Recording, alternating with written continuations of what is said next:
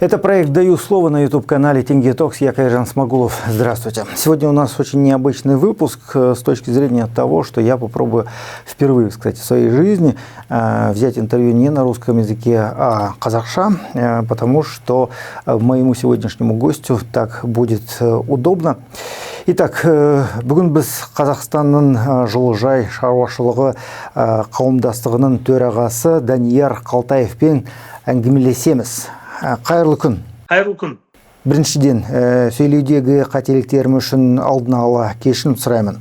Бірінші сұрағым, бүгінде түркістандық диқандар неге банкроттық туралы айтып жатыр? Бұл қаншалықты маңызды? Бізде былай ғой, банкроттық болғанда біздің мысалы өзіндік құны әр 1 кило қызанақтың 400 теңгеден асады да. Біз бүгінде оны 250-300 теңгеден жылыжайдың басынан сатып жатырмыз. Оны базарға, басқа жерге апару үшін ол тағы да артық шығын болады. Біз сол жерде минус 150 теңге, примерно сондай минусқа кетіп отырмыз. 100 теңге, 150 теңгеге. Өзіңіз ойлаңыз, мысалы 1 гектарда 100 тонна өнім ала қояды, соның өзінен 10 миллион теңге біз шығындамыз, пайда емес. Неліктен шетелдік қызанақ қазақстандықтардан 200 теңгеге жуық арзан? Оның басты себебі неде?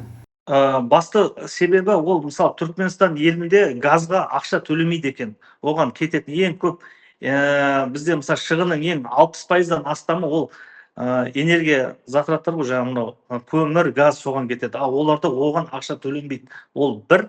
Екіншіден, ол жақта жұмыс күші өте арзан. Осы екеуімен ғана.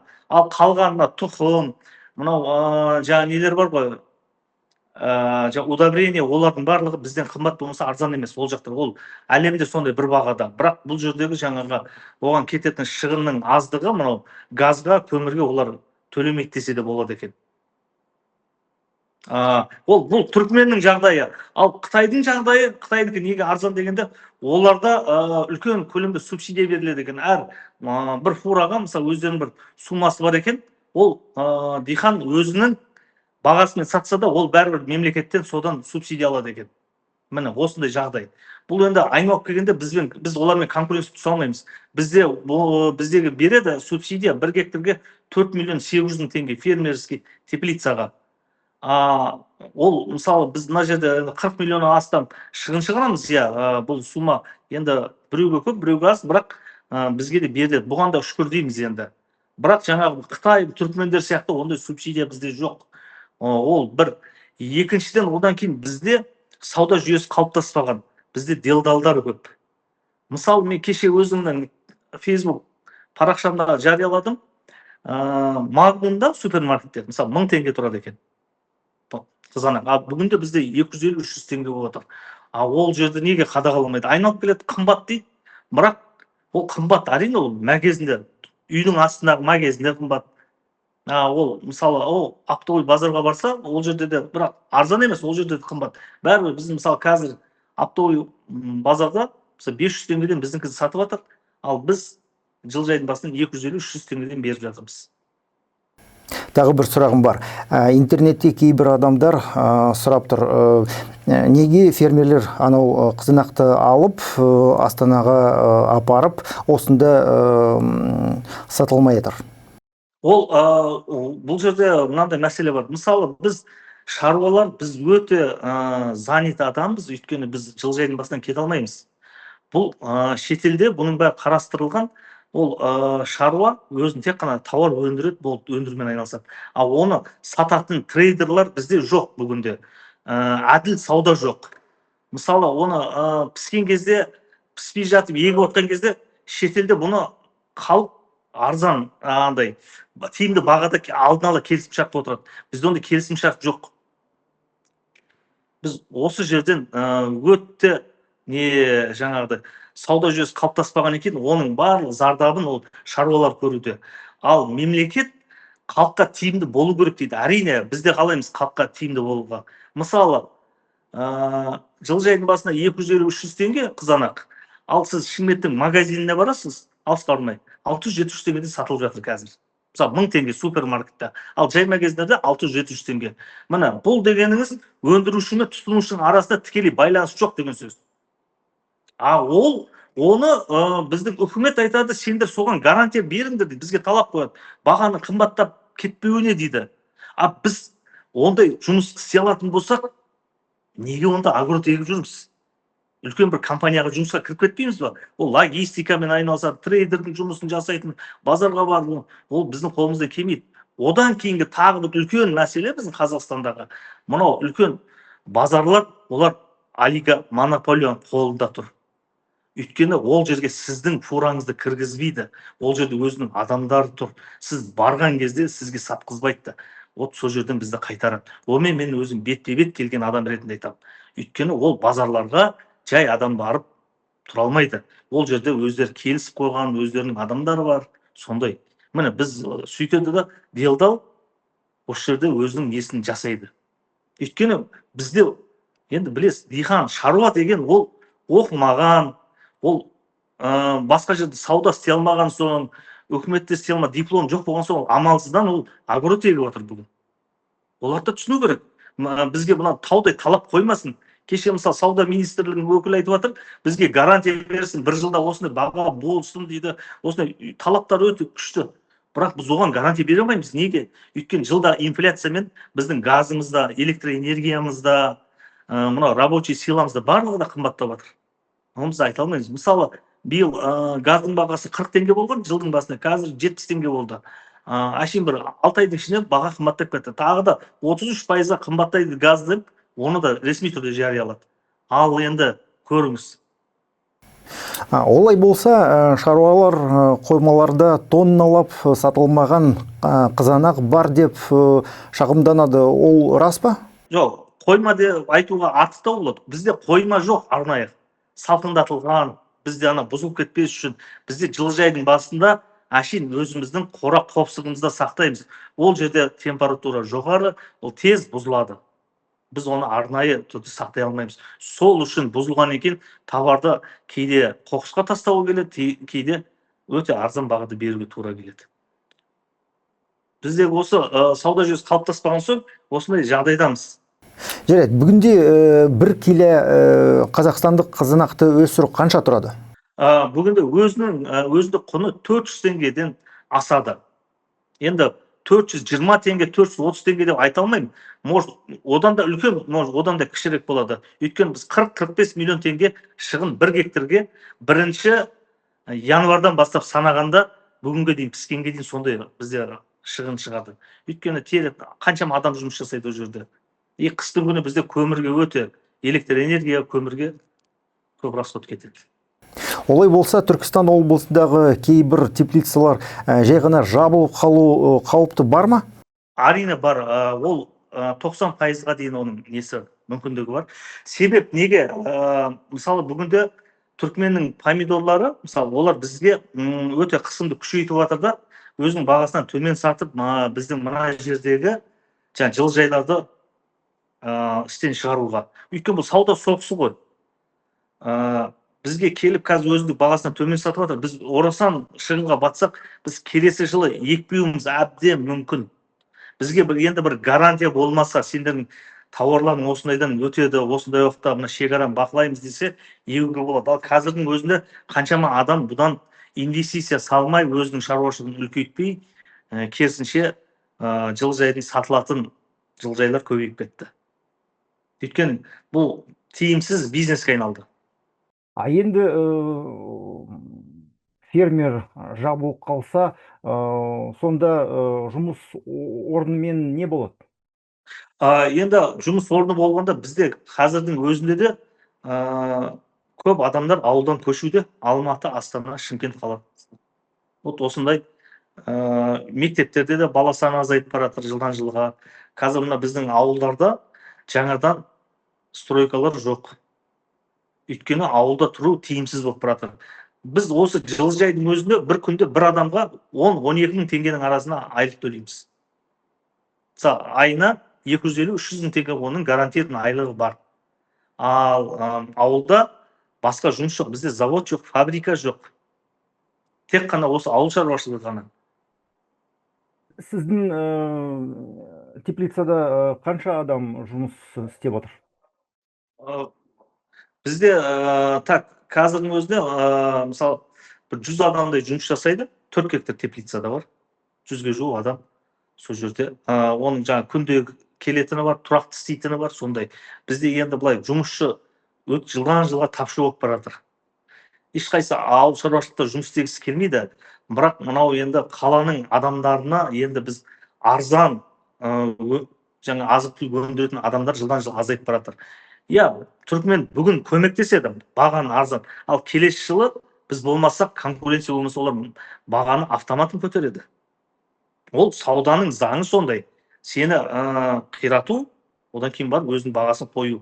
Осы кездегі арзан сатқан бағаның бәрін сол кезде қайтарып береміз. Ал ол кезде біздің үкімет не деп айтады?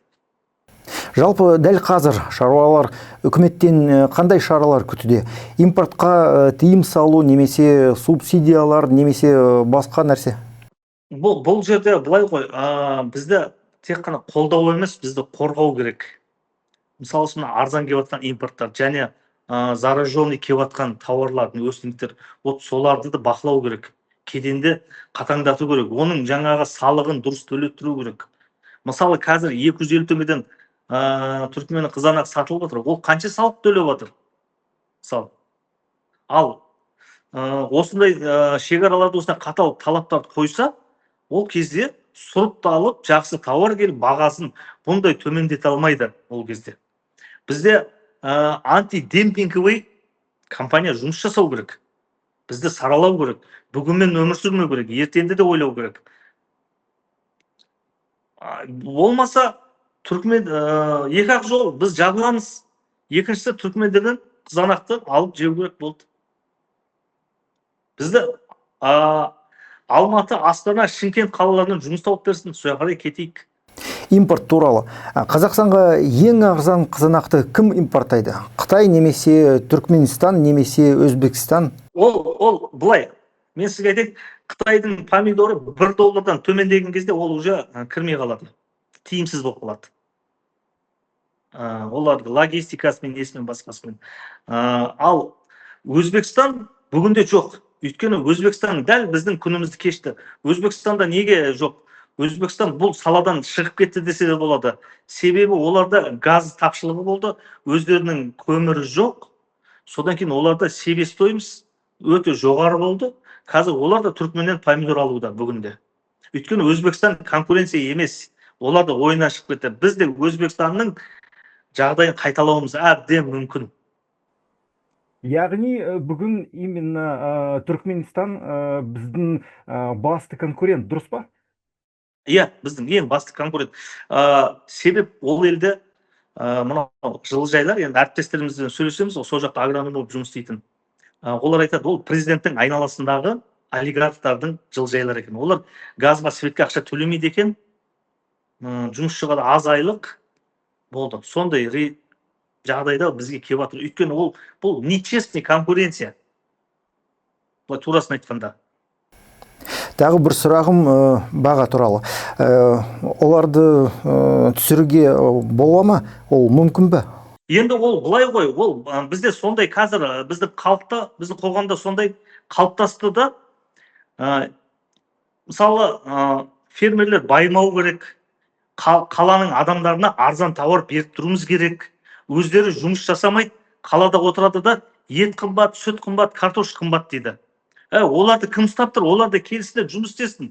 Біз джип мініп, коттедж салып жатқан жоқпыз. Егер ондай жағдай болса, мен қалаға қазір көшіп кетем.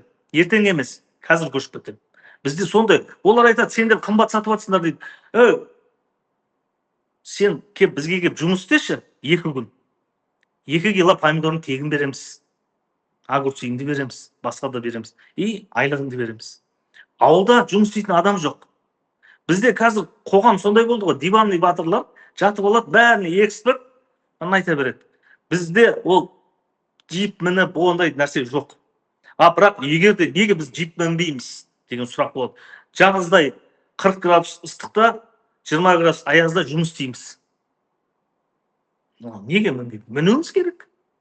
Мысалы, мен Америкаға фермерлерін көріп, бәрінде бір пикап.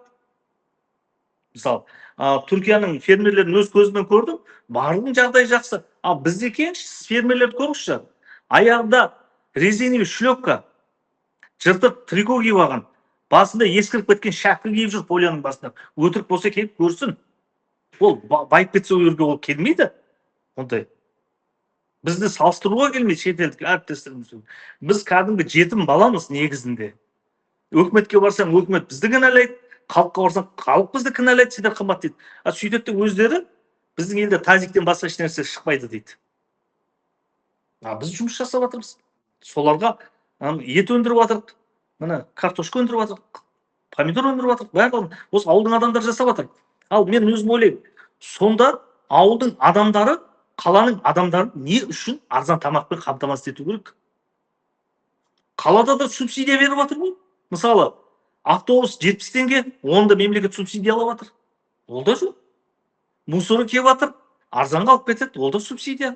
Көшесі таза, мемлекет ақша төлейді, олар да алып отыр субсидия. Ол біз емес.